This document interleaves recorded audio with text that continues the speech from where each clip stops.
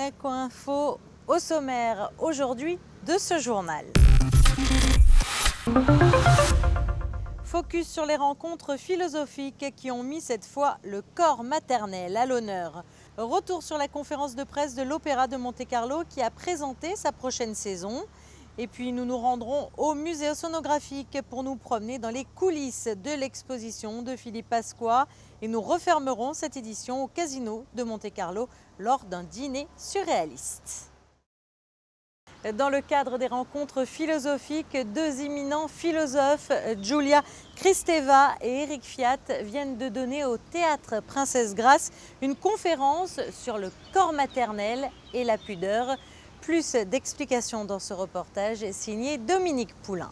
Organisée par les rencontres philosophiques, la première conférence accueille Giulia Kristeva, philosophe, psychanalyste et professeure à l'Université Paris Diderot. Elle parle du corps et plus particulièrement du corps féminin. Ce corps qui regorge de mystères et qui connaît les plaisirs et les peines de la procréation. Une épreuve que les femmes doivent surmonter et vivre l'expérience de la douleur et de l'angoisse. Il y a une partie souffrance qui est la grande charge pour la survie de l'espèce, de manière à ce que ce qui sort de notre corps et qui nous excède et qui nous bouleverse, quels que soient les progrès de la médecine qui font que la souffrance est atténuée, est un cataclysme corporel plein de sang, d'excrétions et de blessures, mais en même temps fait advenir une chair qui doit devenir un être humain. Et c'est la grande responsabilité de cette tâche qui angoisse énormément les femmes, tout en se sachant en souffrance, tout en se sachant exposée à la violence et de l'enfant et de soi-même.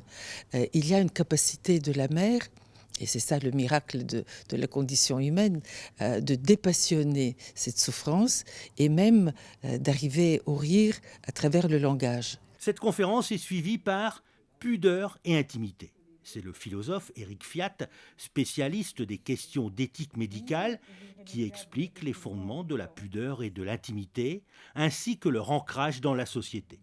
Pour ce philosophe, la pudeur est un cadeau des dieux.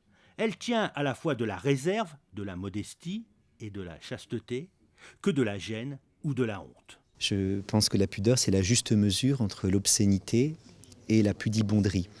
Et il me semble que l'obscénité est un défaut, que la pudibonderie est un défaut, mais pas la pudeur, parce que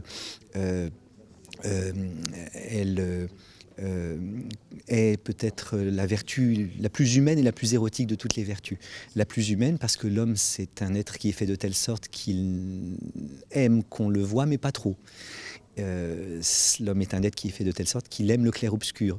S'il était complètement dans l'obscur, il ne serait pas heureux. S'il était complètement dans la lumière, il ne serait pas heureux.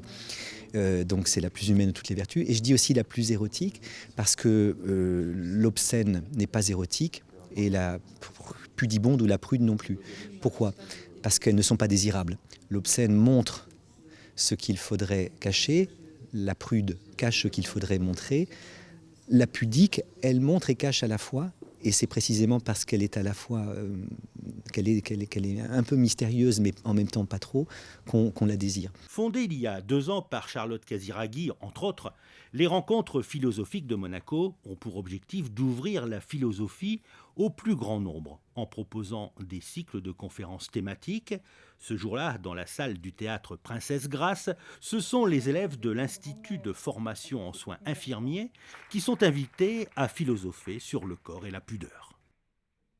La saison 2017-2018 de l'Opéra de Monte-Carlo a été dévoilée à l'occasion d'une conférence de presse donnée ce mardi en fin de matinée à la Salle Garnier, une programmation lyrique et variée que nous présente José Sacré.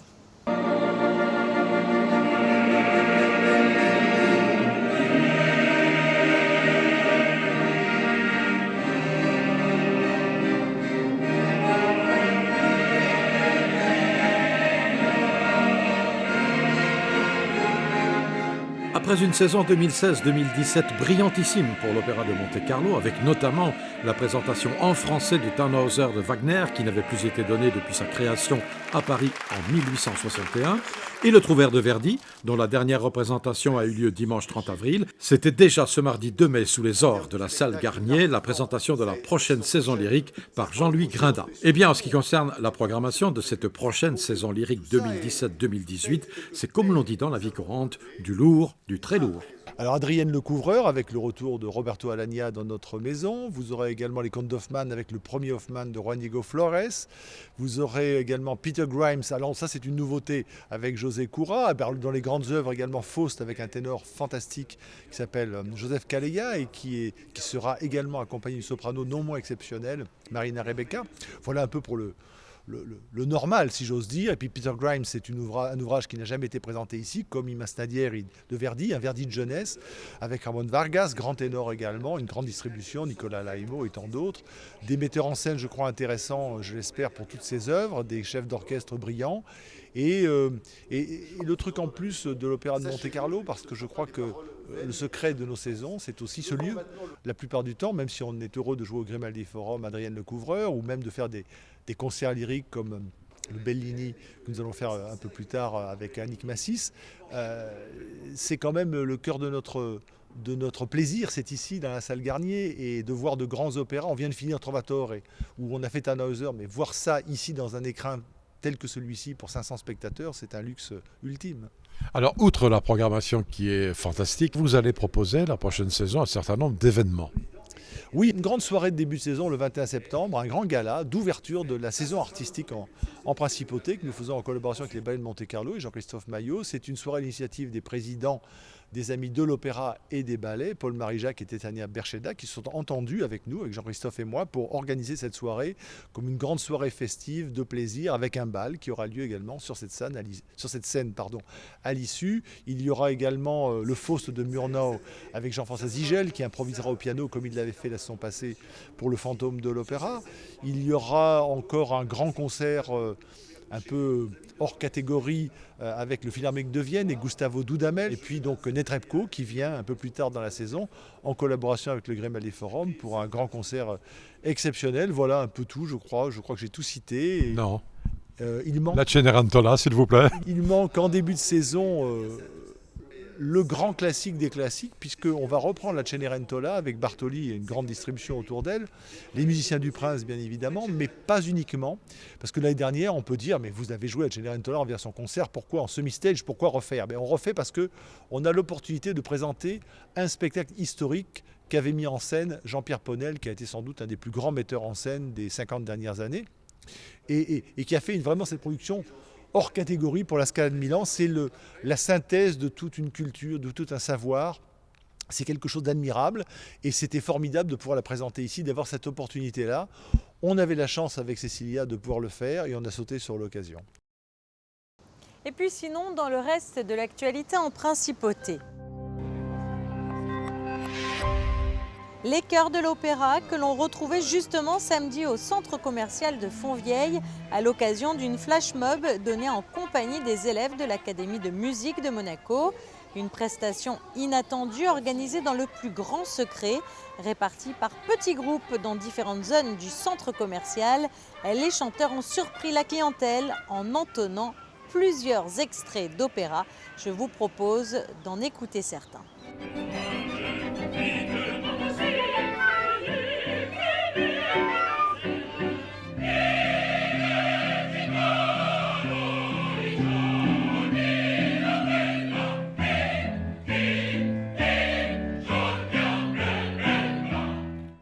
Un autre événement insolite vient de se produire en principauté. La célèbre photographe allemande Vanessa von Zitzwitsch a organisé un shooting ce mardi matin, place du Palais. La vedette n'était autre qu'un cheval. Une séance photo organisée en vue du prochain jumping de Monte-Carlo. L'art investit de nouveau le musée sonographique et cette fois c'est au tour de Philippe Pasqua de vous proposer ses œuvres monumentales. Alexandra Pani a suivi l'installation des 12 sculptures. Regardez plutôt son reportage. Les résidents du Rocher n'ont pas pu passer à côté du ballet de camions et de grues devant le musée océanographique. Depuis le 1er avril, les 12 œuvres très grand format de l'artiste Philippe Pasqua arrivent au compte-gouttes. Un spectacle impressionnant et qui a nécessité une logistique millimétrée. C'est 6 personnes à temps complet sur l'expo, mais en off, on a 4 personnes derrière qui s'occupent de tout, de la logistique transport, des réservations hôtels, avions, toute la partie matérielle parce qu'il faut beaucoup de matos pour faire ce genre d'expo. En gros, c'est une équipe de 10 qui travaille depuis quasiment à temps complet 3 mois. Et on est 4 à avoir bossé sur l'expo en amont depuis quasiment un an. Le musée aujourd'hui, il est ouvert 24/24. Là aujourd'hui on travaille, on a des gens autour, on manutentionne juste derrière une plaque qui fait juste 1 tonne de sang. Il n'est pas question de prendre des risques, il n'est pas question de fermer le musée. Donc il faut concilier tout ça. Donc il faut vraiment prendre beaucoup de précautions et on est obligé de travailler tout de même dans la propreté parce que les gens viennent voir quelque chose de magnifique, quoi. On est dans un endroit qui est centenaire, je crois, de mémoire. Donc on ne peut pas se permettre d'abîmer quoi que ce soit ou de laisser les choses n'importe comment, quoi. C'est pas possible. L'artiste s'est installé en principauté le temps de la mise en place de cette exposition, la plupart des œuvres étant arrivées en pièces détachées. Des retouches sur chacune des sculptures étaient nécessaires. Il y a des soudures à faire, encore un peu de travail à faire, parce que pour des raisons de taille, toutes les pièces ne peuvent rentrer pas par les portes, etc. Donc il a fallu faire avec. Donc on est obligé de démonter, remonter et puis restaurer un petit peu. Et je me sens très heureux et très bien. Après 3 ans de réflexion et de fabrication, ça fait beaucoup de bien d'arriver enfin au jour où on installe les pièces, on les positionne et puis on voit que ça fonctionne, donc c'est que du bonheur. Le directeur du musée océanographique garde un œil bienveillant sur ces nouvelles pièces qui viennent côtoyer les collections de l'établissement centenaire. Progressivement, il s'est approprié notre cause et nous avons vraiment eu un grand plaisir pendant près de 3 ans à imaginer, à travailler ensemble sur toutes ces œuvres monumentales qui sont présentées aujourd'hui. Nous avons passé beaucoup de temps à travailler ensemble. Aujourd'hui, c'est devenu un ami et on se tutoie et j'ai pu vraiment lui expliquer les océans. Il est rentré dans un certain nombre de détails. Nous avons été en bateau ensemble et progressivement, les idées lui sont venues. Travailler sur les tortues marines, vous savez que c'est un de nos sujets. Travailler sur les méduses. J'ai écrit il y a 2 ans de cela un livre sur les méduses et il s'est réapproprié ce message et aujourd'hui vous êtes devant le chant des méduses, référence au chant des sirènes, donc des êtres qui sont beaux, qui sont merveilleux, qui sont fascinants, mais qui sont en même temps dangereux. Dangereux par leur piqûre, mais dangereux parce que les méduses remplacent progressivement les poissons dans nos océans et ça, ce n'est pas souhaitable. Le chant des méduses, l'imposant requin ou encore la tortue marine préhistorique sont déjà en place, mais le public devra patienter jusqu'au 5 mai avant de découvrir l'intégralité des œuvres de Philippe Pasqua, disséminées dans les salles du musée, mais aussi à l'extérieur. Un jeu de piste hors norme avec en toile de fond, vous l'aurez compris, un message cher au musée océanographique, la préservation des océans. Et comme vous le voyez sur ces images, le souverain a visité lundi en avant-première cette exposition de Philippe Pasqua, une exposition qui ouvrira ses portes au grand public vendredi. Et puis sinon, sachez que vous pourrez retrouver très prochainement sur notre antenne un magazine consacré à ces œuvres impressionnantes. Je vous propose à présent de finir avec une touche d'extraordinaire avec ce dîner orchestré par le designer belge Charles Kezin. Alexandra Pani vous fait revivre cette soirée surréaliste au Casino de Monte-Carlo. Ballet de serveurs arrivés en calèche de cantatrice ou encore match de tennis, des ingrédients surprenants pour l'élaboration d'un dîner mondain en principauté. C'est le défi osé du célèbre designer Charles Kezin. Connu pour ses dîners hors normes, c'est au cœur du Casino de Monte-Carlo qu'il a frappé cette fois-ci. C'est un vrai plaisir parce qu'on m'a permis de faire un dîner fou en me donnant carte blanche et aussi en associant toute l'équipe de la Société des bains de mer. Donc il y a un tas de métiers, menuisiers, décorateurs, les gens qui font la broderie, qui ont participé à cet événement. Et donc c'est vraiment un vrai travail d'équipe comme un chef d'orchestre où vraiment chacun des corps, des instruments et des musiciens ont vraiment leur place et on tient à cette place et elles ont beaucoup d'importance et c'est grâce à eux vraiment que ce soir un dîner peut avoir lieu.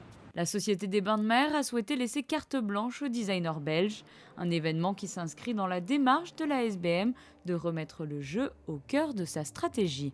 Le positionnement du Casino de Monte-Carlo, c'est le grand luxe du jeu. En créant des événements exclusifs au sein de notre casino, essentiellement pour nos joueurs, un grand nombre de nos meilleurs joueurs sera présent ce soir. C'est effectivement de les étonner et de réinventer le jeu, tout en gardant l'ADN de nos fondateurs. Le souverain nous fait l'honneur d'assister à ce dîner. Il a répondu positivement, nous en sommes très fiers, ce qui est pour nous une marque importante de son soutien dans la stratégie que nous avons mise en place. Nous avons un des plats que nous allons présenter sur une roulette où justement cette assiette va être posée sur cette roulette qui va tourner. Et tout doit être pensé, réfléchi pour que justement que le client puisse manger pendant que sa roulette tourne sans que ça ne parte dans tous les sens. 120 convives triés sur le volet, des têtes couronnées, des personnalités de la mode ou encore du cinéma se sont retrouvés autour de ces deux grandes tables noires dressées dans la grande salle médecin qui abrite habituellement les tables privées. La vision du dîner, je pense, ça va être un dîner glorieux, mais le surréalisme règne parmi nous énormément. En ce moment, je crois, il y a tellement de situations très surréalistes qui se passent dans le monde entier. Et je pense de célébrer la vie à travers un œil surréalistique, qui était aussi un mouvement qui a changé beaucoup de perception de vue pendant des générations. Je sais que ce monsieur a créé des choses extraordinaires pour d'autres soirées, donc j'attends d'être surprise et émerveillée. J'ai une robe qui vient de Elsa Schiaparelli et c'est une robe tout à fait de l'époque et de l'esprit avec un homard dessus et qui a été portée, je crois qu'une version a été portée par la duchesse de Windsor. Je trouve assez agréable. Sophistication et folie étaient au rendez-vous de ce dîner surréaliste qui a su séduire l'ensemble des convives. L'art du jeu, le jeu de l'art, une expérience unique remplie de surprises. Mais avant de refermer ce journal, un mot sur le prochain meeting Hercules qui se déroulera en principauté le 21 juillet prochain. Le meeting fêtera ses 30 ans et changera de nom. Il s'appellera dorénavant le Hercules EBS. Passons à présent en revue votre carte météorologique. Mercredi, un temps assez ensoleillé le matin, se couvrant peu à peu au cours de la journée. Des températures restant assez modestes pour la saison, comptez 11 degrés pour les minimales et 18 pour les maximales. Jeudi, un temps plutôt maussade dans la matinée, s'éclaircissant peu à peu dans l'après-midi. Vendredi sera quant à elle une belle journée, contrairement au week-end qui s'annonce triste et orageux, avec au programme de nouvelles dégradations samedi et dimanche, alors que le début de semaine sera quant à lui ensoleillé.